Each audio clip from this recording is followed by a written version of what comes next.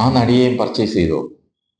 Mukesh MLA ഉൾപ്പെടെയുള്ള നടന്മാർക്കെതിരെ സമർപ്പിച്ച ലൈംഗിക ആരോപണ പരാതികൾ പിൻവലിക്കുകയാണെന്ന് പരാതിക്കാരിയായ നടി പറയുന്നു.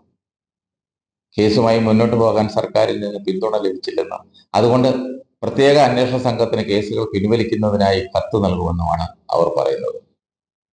തനിക്കെതിരെ ചുമത്തിയ പോക്സോ കേസിന്റെ സത്യം തെളിയിക്കാൻ സർക്കാർ തയ്യാറായിട്ടില്ലെന്നും നടി ആരോപിച്ചു.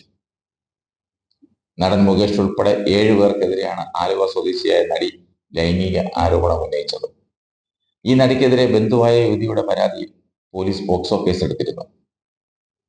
ആ ബന്ധുവായ യുവതി 16 വയസ്സുള്ളപ്പോൾ ഓഡീഷനാണെന്നും പറഞ്ഞ് ചെന്നൈയിൽ കൊണ്ടുപോവുകയും മറ്റു പലർക്കും കൈമാറാൻ ശ്രമിച്ചതുമായിരുന്നു നടിക്കെതിരെയുള്ള പരാതി. ഈ പരാതിയിൽ നടിക്കെതിരെ മൂവാറ്റുപുഴ പോലീസ് പോക്സോ കേസ് ആണ് എടുത്തത്. ഈ കേസിൽ സത്യം തെളിയിക്കാൻ സർക്കാർ തയ്യാറായില്ലെന്നാണ് നടി ഇപ്പോൾ പറയുന്നത്.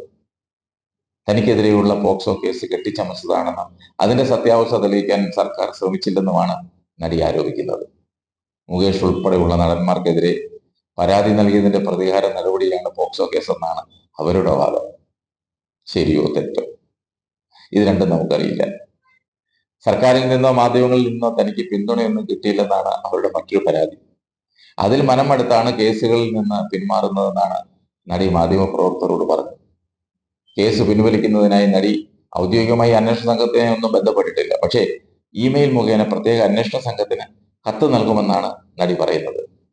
ഏതായാലും കാത്തിരുന്ന് കാണാം.